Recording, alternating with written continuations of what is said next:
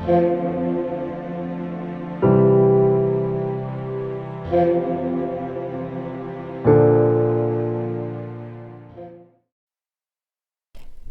everybody, it's Kay. I'm coming to you from my living room floor where I often like to film with my reading board, and I have a cup of coffee in the upper right there. In this video, I am going to present my Standout decks for 2023. This is a VR to Juli at Peekaboo Rose. My criteria for this VR is that these are decks that had some kind of meaningful and lasting impact on me in the year 2023. I am going a bit rogue, I guess, with my response. I think Juli originally had 5, and I've seen a lot of other responses that have had 5. I am combining tarot and oracle, and I do have 5 actually of each. So I have 10 decks total, 5 tarot, 5 oracle, and breaking that down a little bit further, 5 of these decks are independently published and 5 are mass market. Also, for a bit of further clarification, out of these 10, only 2 were actually acquired this year in 2023. All of the others were acquired in previous years. So a super quick summation kind of how I ended up using cards in 2023 was that I used tarot a lot less frequently than oracle. Oracle really showed up in a big way for me this year in ways that I kind of didn't expect or anticipate. And as I mentioned in my Divination 2024 video, I do anticipate that being a personal pattern that will continue as far as experimenting with oracle and what oracle can do. I'm not getting rid of tarot, not happening, but I do think oracle is going to continue to be a thing for me. And I've heard that from others too, and I think that's interesting that that's kind of been a bit of a collective experience for this year. I will be presenting the 5 tarot decks first, followed by the oracle, and they are in really no particular order at all. First up for tarot is the deck that I feel I bonded the deepest with this year, and that's the Field Tarot by Hannah Elizabeth Fofana, or Fofana. I don't know how to pronounce that. This is the mass market edition published by US Games. I did a tag in the summer, the One Deck Gone Wild tag, where you answer a bunch of prompts and using one deck, and this is the deck that I use. And after I did that VR, I used this tarot pretty much nonstop for quite a while, and it became kind of an everyday deck for me. If you're familiar with this deck, you might notice that mine looks a little bit different. I actually trimmed the titles off. There are keywords on the minors and the courts, and the majors had their name title. So by trimming, the numbered minors kept their title, the courts kept their title, and the majors kept their Roman numeral, as you see here with 15 for the devil.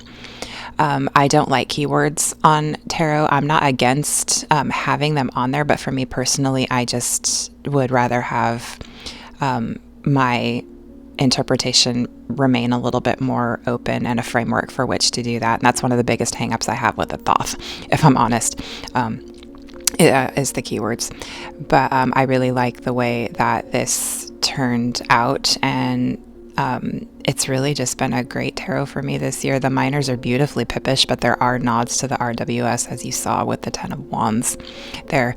It's different, it's smart, it's very clear, it communicates with me very, very well, and it was just a really pleasant experience overall using this one. So once again, that's the Field Tarot Mass Market Edition. Second tarot up is one that has been featured many times on my channel, and it continues to be both reliable and expansive, and that is the Way Home Tarot. This deck is independently published. It is by Bakara Whitner and Autumn Whitehurst. This deck has been featured a lot. If you've been with me for a while, then a lot of you know that I have big feels about the Way Home Tarot. The quartz are actually all together because I did something special for my winter season reading, and that in which I separated all of the quartz out. So you get to see all of the quartz and all of their glory and how beautifully elemental they are. The quartz are a hang-up for a lot of people for this deck. The quartz are one of the reasons I love this deck the most. Again, as with the Field Tarot, the minors are quite pippish. The majors are really smart, in my opinion. Like, this is the Empress and the Emperor, like the connection with the heart and the head there. I just love the way this deck communicates. It's wonderful. And the aces are some of my favorite aces in any deck. They're just wonderfully elemental, and for me really encapsulate that energy of sort of that initial spark of an origin of the suit. And this Hierophant is one of my favorite Hierophants in any deck that I have. I actually got a duplicate Hierophant card with this deck, and I keep it in my Traveler's Notebook. I just love the way it is portrayed. And then the moon is gorgeous. I love sun and moon cards that just depict a sun and a moon, maybe with something simple added. And the sun in this one is really nice too, but I don't know if it got featured. I don't think it did. But yeah, this is one of those that is never going anywhere, and it's just a staple for me. And that's the Way Home Tarot. Still available. Third tarot up is the one and only Kickstarter that I backed in 2023, and I did it out of pure love and admiration for this artist's creations. And that deck is the Rain Shadow Tarot by Claire Mack. I actually did a outdoor flip through of this tarot, and I posted it on my channel. Claire Mack and I live in the same region, and the rain shadow is a reference to the region in which we live. And so I decided it would be fun to do an outdoor flip through in the actual area that inspired the name of the tarot. These cards actually came edged in a really nice matte silver, but I ran a yellow Tombow over it, and it gave it this really amazing opalescent sheen, and I love the way it turned out so much. It just makes me happy. I used this tarot for my summer cross quarter reading, which I also made a video about and posted on my channel, and this Emperor made an appearance in that reading, and I did not know then how much that card would come to mean to me and sort of shape my practice for 2024 as far as how I'm working with tarot in the longer term. And I actually have that Emperor card. I scanned it and copied it and taped it in my Traveler's Notebook insert for this year. Isn't that amazing? This deck is just incredible. It's very RWS in many ways, but in other ways, it's different. And that is something I've discovered about myself over the last couple of years, is that I really, really like tarot decks that are familiar and yet different at the same time, that just offers something a little bit different as far as interpretation and sort of a new perspective on maybe an older theme. And the aces in this deck as well are just so great. Claire is also the creator of the Illuminated Earth Oracle and Faceted Garden Oracle, both of which I have in my Oracle library. And that's the Rain Shadow Tarot. The fourth tarot up is one that moved and enchanted me so much. I actually did a walkthrough of this deck on my channel, and it is still to this day the only walkthrough with commentary that I have ever done for any deck. And that is the tarot for the Great Outdoors, published by Skipstone. I'm going to link the walkthrough that I did because I think that sums up my experience with this deck more than I can really do here. We will just go ahead and acknowledge the elephant in the room and talk about the cardstock because I hear it in pretty much every video. It is thin. It is thin. But I tell you what, I have put this deck through its paces since I've had it, meaning I've shuffled it an awful lot and my cards still look brand new. So if that makes anybody feel any better, there is that. Okay, so that's out of the way. I did my autumn 2023 reading with this tarot and I worked with it extensively for all of that season. This tarot has majors that represent American national parks, and the minors are scenic depictions of activities that can be done in these locations.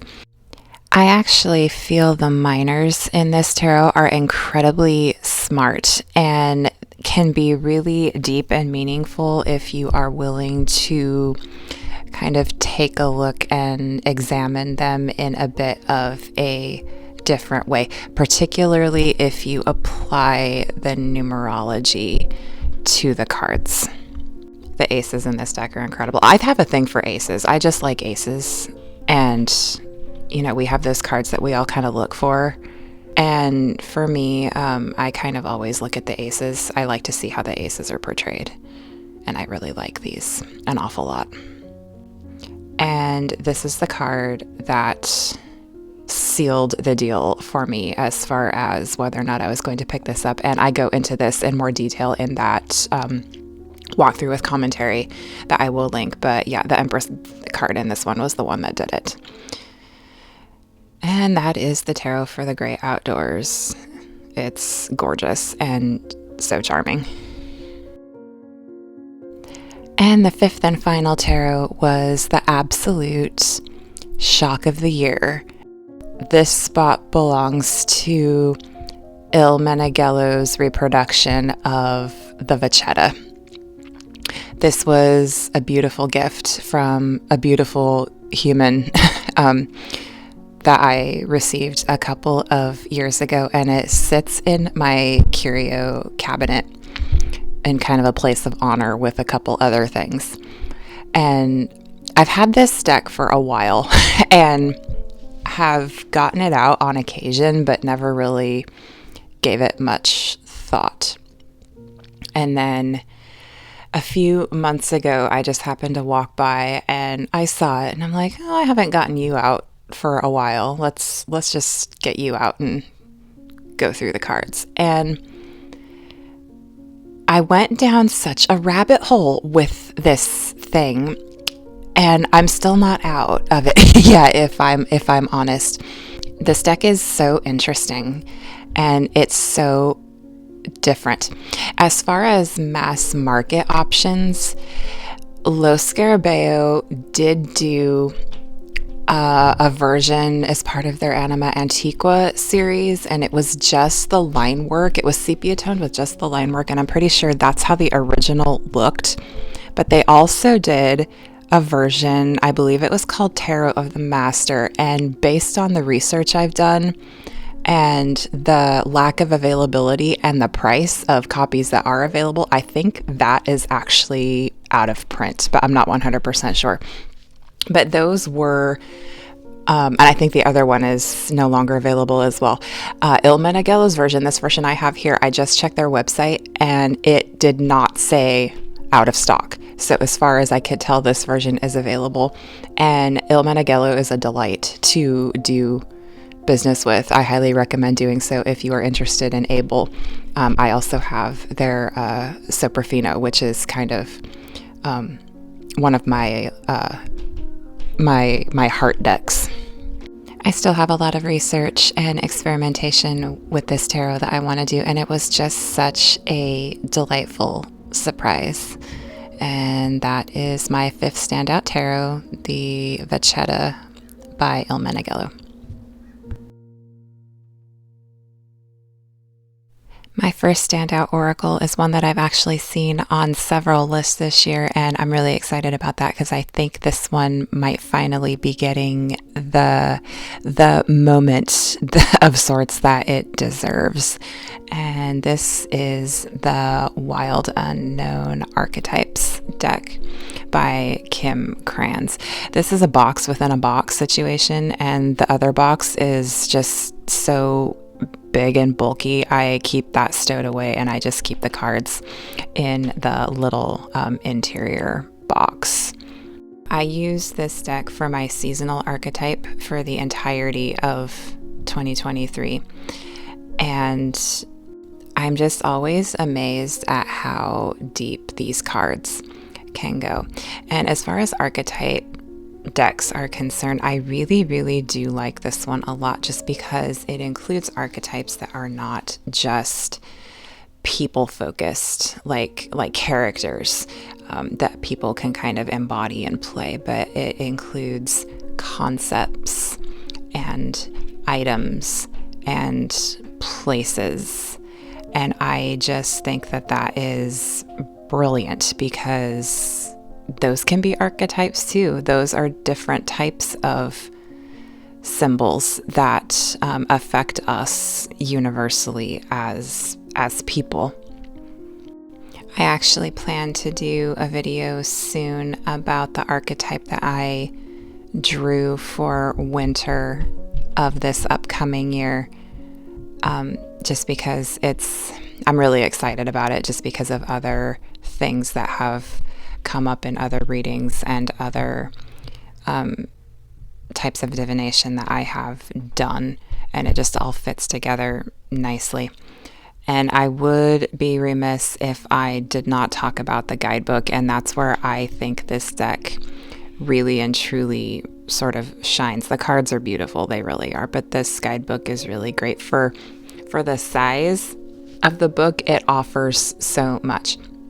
And all these little extras, I have found so much meaning in these little extras that Kim offers for each card, as far as ideas for going deeper with the archetype, and just extra little bits of information and the symbols in the corner. And it's just such a great book for what it is. And I think you have to mention the guidebook when you talk about these cards.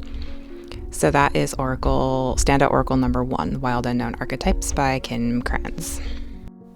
For Oracle number 2, we will just stay on the Kim Kranz train and talk about the Animal Spirit Oracle. I did a year ahead reading for 2023, and by the time the 4th month, like around spring, got here, the whole reading fell flat for me, with the exception of my animal cards. I worked with my animal cards from this deck for each season for the entire year, and all of my animals were creatures with wings, except for the cosmic egg. I did get the cosmic egg, but that's kind of sort of winged creature related, I suppose. But and spoiler, my animal for winter for this upcoming season is also a creature with wings. So winged creatures have been a thing. But anyway, I digress. This deck is really great as far as animal decks go, and I love how it has an elemental layer. I work with the elements very heavily and closely and in many ways, and I always like when there's an elemental aspect present, whether it's tarot or oracle. But yeah, this is just a really solid animal deck, and I just really like it a lot. I think it's beautifully done. And this has a great guidebook as well, but it's in the other room and I'm not going to go get it. So yeah, really well-known deck, pretty widely loved, I think, and that's the Wild Unknown Animal Spirit deck. Oracle number 3 is an oldie but a goodie on my channel, and that is the Tao Oracle by Ma Deva Padma. I think this was in my Standout decks video last year as well. This is essentially a deck of hexagrams, and it's a beautifully done deck of hexagrams. And the book for this is also really quite good as far as breaking the elements of the hexagrams down, kind of what a hexagram is as far as 2 trigrams building a hexagram and what each of the symbols represent. And as you can see, the hexagram is in the bottom right there. And then there's a consistency in the color and the symbol on the top of the cards, and each of those colors represent a different aspect of what that hexagram could be. The art in this oracle is gorgeous, and I do use this as a sort of placeholder for hexagrams for my study of human design. I did mention in my Divination 2024 video that I do want to get into the I Ching more for what the I Ching is, because my main experience with the I Ching has been through the lens of human design. I love this duration card for hexagram 32. In human design, that's gate 32, and I have that defined 5 times in my body graph. And yeah, gorgeous oracle. It's been around for a while. Mass market, still available. The Tao Oracle. Oracle number 4 for me is just a joy and delight all around, and it kept me company for the majority of autumn. And that is the indie edition of the Urban Crow Oracle by MJ Cullinane. This also includes the expansion pack. I did get the expansion pack, and I combined the 2 together, and the backs are the same, so it was a seamless integration. This deck is wonderful. The keywords are simple and to the point, and there is a wide variety of keywords. So there are words that are just sort of inherently neutral. By themselves, there are a few, like observation, like relatively neutral keyword. And there are some that are relatively positive. And then there are others that are a bit more of a challenge. And then there are some that are just a little more abstract, like waterproof or ghosts. There's a challenging keyword right there, trap. Really good balance of keywords. Something I want to do with this oracle next year that I did not do this year is build a spread. So use these as spread placeholders for tarot. I love this one, where each keyword represents a spread position. And I think you can build a spread really easily with these cards. There's another challenging keyword right there, grief. I think this would be really interesting to pick 3 cards at random and do a spread, or be very intentional with the practice and choose the words for each spread position based on the work that you're doing. I just love these cards. I almost waited and got the mass market version, but after I saw what Hay House did, I didn't care for it. I did like the numbers on the cards, but I like the overall look of the indie version better. And so I grabbed it before it went out of print, and I'm very glad that I did. Once again, that's the Urban Crow Oracle by MJ Cullinane with the expansion pack. Last but not least, Oracle number 5 is very near and dear to my heart, and that is the Synchronicity Oracle by Kathy Nichols. This is independently produced. Kathy has a website, and the deck is available on Etsy as well. A really unique and fun feature of this deck is that it comes with a single die as well as a card where you can roll the die and choose the corresponding spread to do based on the number that you get on the die. The visual is on one side and the text descriptor is on the other. And this is really fun, and it's a great example of how powerful oracle only readings can be, which is another thing I will be exploring probably in great depth next year. This is the first independent divination deck I ever purchased for myself, and it's very aesthetically, it's not typically what I would go for, so I was surprised that I was so drawn to it. It's very brightly colored, and there's a lot going on. The images are very busy, but there was something about it I just couldn't resist, and it's still one of my favorite decks in my library. Several of the cards in this deck are sort of based on the major arcana of the tarot. That delay card is very much hangman energy for me, and others are a little more obvious in that respect. I love that community card. The magician, I mean, very clearly inspiration was taken from the tarot for that one, and then the Empress. And there are a few others. This deck is really generous in the number of cards. There are 77 cards.